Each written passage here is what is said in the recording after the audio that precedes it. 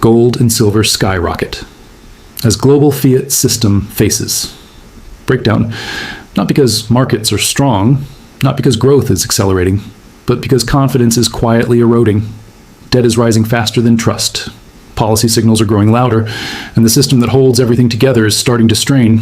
This is not a rally driven by excitement, it is a repositioning driven by caution.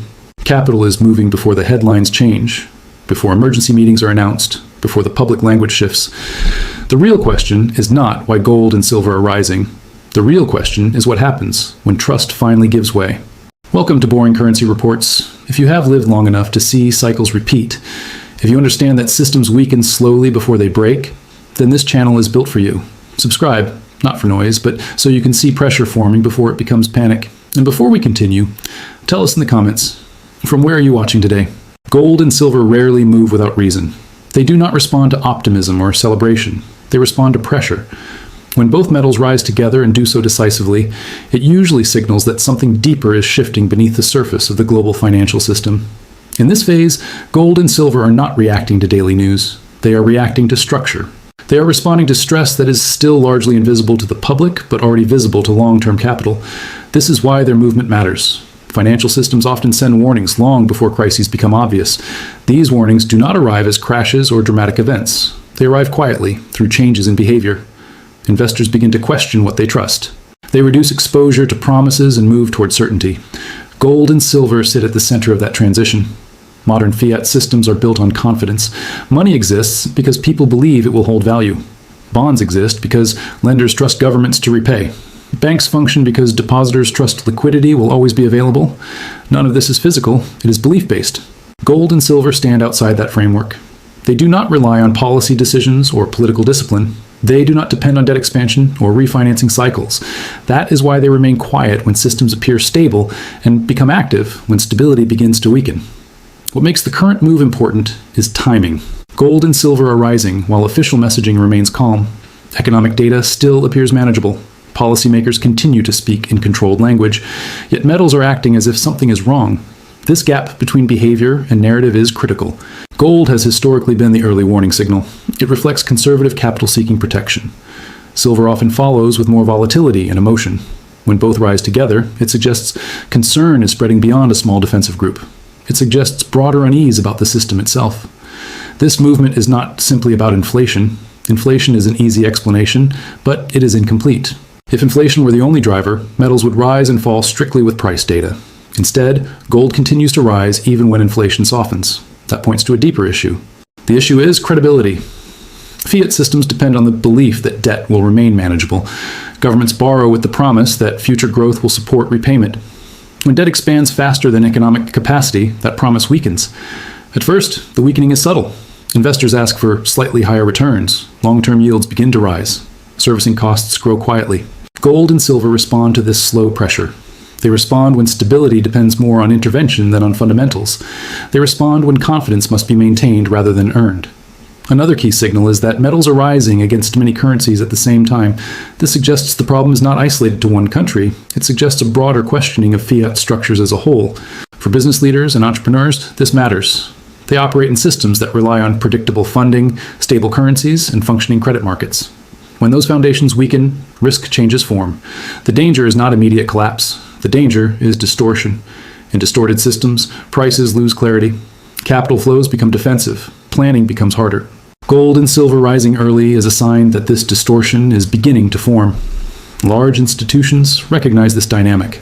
They do not move emotionally, but they do adjust deliberately. When systemic risk rises, they rebalance quietly and add protection. Gold is often part of that protection. Silver adds another layer. Its industrial role links it to real economic activity. When silver rises alongside gold, it suggests stress not only in finance, but also in future production and supply expectations. Gold and silver are not predicting collapse. They are signaling transition. They are warning that the balance between debt, growth, and trust is shifting. This is not the end of the story. It is the beginning. To understand why gold and silver are moving with such force, one must understand how modern fiat systems actually function. These systems are often described as currency systems, but in practice, they are debt systems. Money is created through borrowing. Growth depends on credit. Stability depends on the ability to roll old debt into new debt without disruption. For a long time, this structure worked because confidence was strong. Investors believed governments could always manage their obligations. Interest rates stayed low. Debt grew, but it grew quietly. As long as borrowing costs remained contained, the system appeared stable. That balance is now under pressure. Every major government faces a refinancing cycle. Old bonds mature and must be replaced with new ones. When confidence is high, this process is smooth. When confidence weakens, lenders demand higher returns. This is where yields matter. Yields are not just numbers, they are the price of trust. When yields rise, it means lenders are asking for more compensation to hold promises. This is not an emotional decision, it is mathematical. Higher debt levels combined with higher yields create a compounding burden. Interest costs begin to grow faster than revenues. Over time, this crowds out productive spending. At first, this stress is invisible to the public. Governments do not default overnight. Instead, budgets stretch, fiscal flexibility shrinks, policy choices narrow, central banks are forced into a more difficult position. In theory, central banks are independent. In reality, they operate within political and financial constraints. When government debt becomes large enough, interest rates stop being just a monetary tool. They become a survival variable. Keeping rates high for too long increases the risk of financial strain across the system. This is where fiat systems reveal their weakness. They rely on confidence, but they also rely on constant intervention to maintain that confidence. When markets begin to doubt sustainability, central banks are pressured to act, even if doing so contradicts their stated goals. Rate cuts are often presented as solutions, but rate cuts only influence short-term borrowing. Long-term investors care about inflation risk, volatility, and credibility. If those risks rise, long-term yields can stay high or even increase, regardless of policy signals. This creates a dangerous gap. Governments refinance debt at higher long-term costs, while central banks try to manage short-term conditions. The result is strain that moves slowly but persistently through the system. Gold and silver respond to this environment because they are sensitive to real rates. Real rates are the return after inflation. When inflation runs close to or above interest rates, real returns turn negative. Negative real returns erode purchasing power. Over time, this erodes trust. In such conditions, holding cash or bonds feels less like safety and more like exposure. This is when capital begins to seek alternatives that do not rely on promises. Gold and silver benefit from this shift because they do not carry counterparty risk. Another overlooked factor is scale. Debt levels today are not marginal. They are central to economic functioning.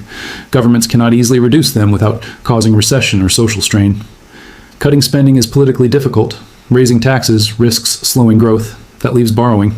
Borrowing more to service existing debt creates a loop. Each cycle requires more issuance. Each issuance requires buyers. If buyers hesitate, costs rise. This loop can continue for years, but it becomes increasingly fragile. This fragility changes how risk behaves. Markets become more sensitive to shocks. Small disruptions cause larger reactions. Liquidity becomes less reliable. Stability depends more on intervention and less on fundamentals. Gold and silver act as a mirror to this fragility. They reflect not panic, but caution. They rise when long-term thinkers conclude that the margin for error is shrinking.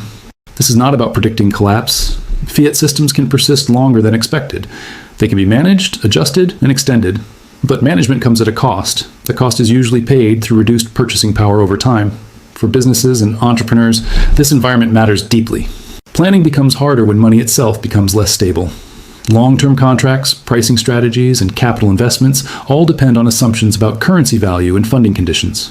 When those assumptions weaken, strategy must adapt. The rise of gold and silver is not a rejection of markets.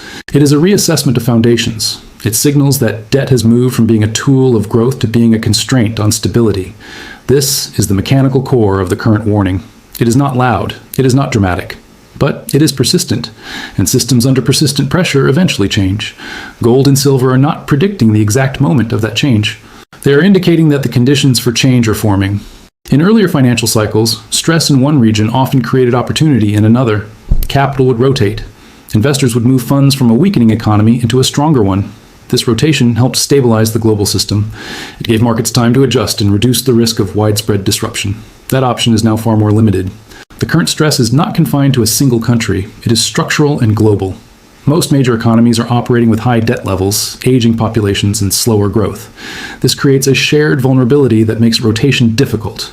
When pressure builds in one region, it tends to echo through others. This is why gold and silver are rising across currencies, not just against one. Capital is not simply moving from one fiat system to another. It is moving away from fiat dependence altogether. Global finance is deeply interconnected through funding markets. Banks, insurers, pension funds, and sovereign investors hold assets across borders. Bonds issued in one country are often owned by institutions in another. These bonds are used as collateral. They support leverage, liquidity, and confidence. When the value of that collateral becomes uncertain, the impact spreads quickly. A rise in yields in one major market can trigger reassessments elsewhere. Investors rebalance. Risk models adjust. Liquidity tightens. None of this requires panic. It only requires enough participants to act cautiously at the same time. This is how global stress forms. It is not driven by a single decision. It is driven by synchronized caution. Another important factor is trade. Modern economies are linked through supply chains and trade flows. When geopolitical tension increases or tariffs are introduced, costs rise and efficiency falls. Growth slows. Slower growth reduces tax revenue. Reduced revenue increases borrowing needs. This cycle affects many regions at once. Europe faces demographic and energy challenges. Emerging markets face funding and currency risks. Advanced economies face refinancing pressure. There is no obvious safe harbor within the fiat system. Japan plays a special role in this story. For decades, it was a source of cheap funding. Low interest rates allowed capital to flow outward, supporting global markets. When conditions change in such a system, the effects are felt far beyond its borders.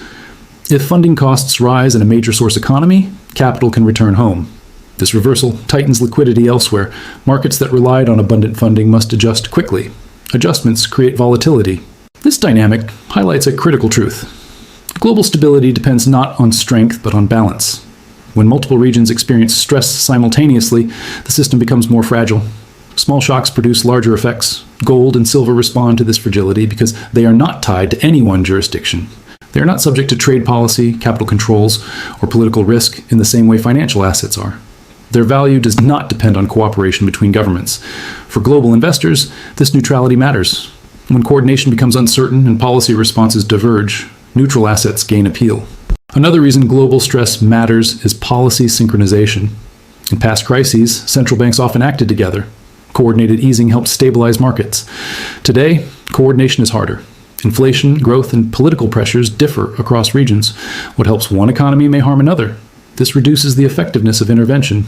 Markets know this. They price it in. As coordination weakens, confidence becomes more fragile. Investors cannot assume that liquidity will arrive quickly or evenly. This uncertainty increases the value of assets that do not require policy support. From a business perspective, this environment complicates decision-making. Supply chains become less predictable. Currency risk increases. Financing conditions change rapidly.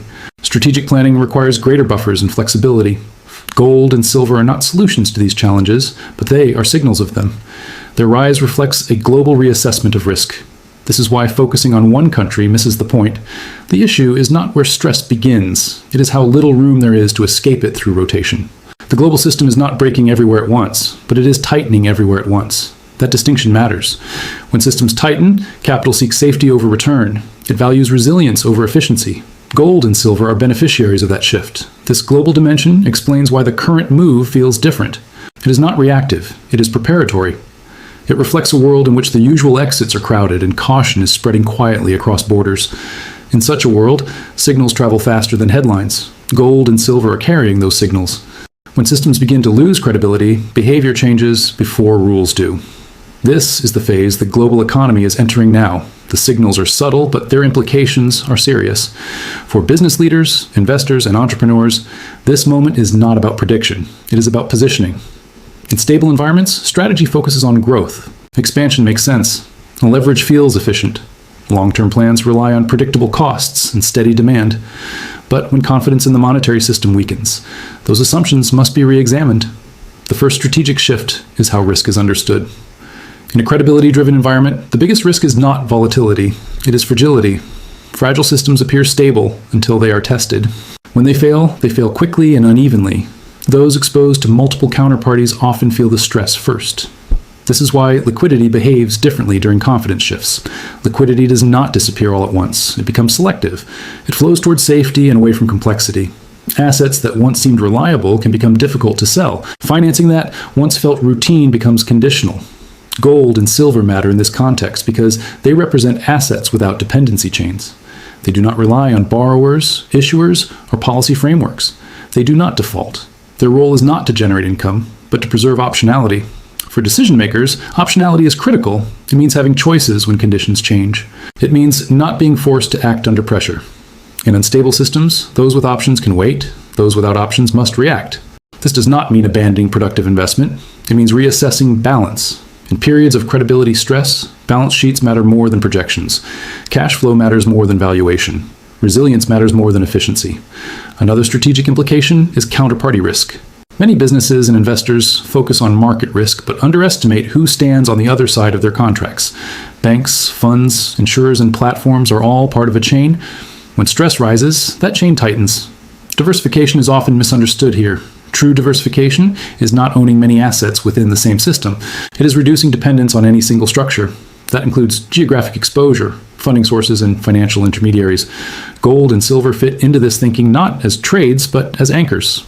They are held to stabilize, not to speculate. Their value lies in what they are not exposed to. Volatility will remain high in such environments. Prices will move quickly. Narratives will shift. This can tempt reactive behavior. But reactive strategies often destroy value during system transitions.